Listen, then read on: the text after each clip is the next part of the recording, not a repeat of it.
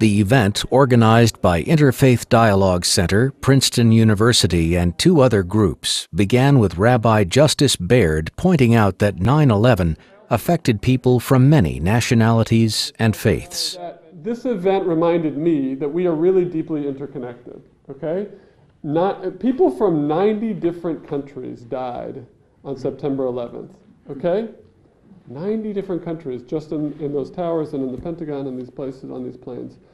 This is a very interconnected place, and that means that we've got to acknowledge that kind of interdependence that we're dealing with. Filmmaker Valerie Kaur said that 9/11 changed life for Sikh Americans like herself forever. Kaur said because of their appearance, Sikh Americans were put on the defensive and were unable to grieve in the aftermath of the tragedy like other Americans. When this attack happened, I felt as all Americans felt, a deep assault and a deep violation, a confusion and a shock. Just seconds later, the image of Osama bin Laden was flashed on the television set, a man with a beard and turban.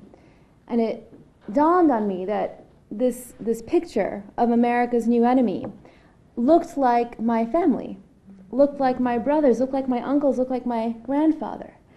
And in that instant, my family, my community were marked as automatically suspect, perpetually foreign, and potentially terrorist.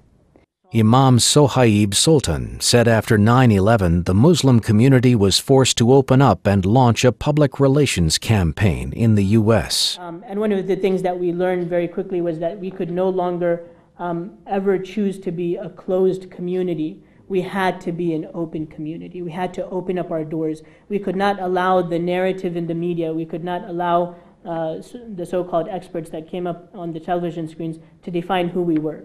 But rather, we had to be out there defining for people who we are.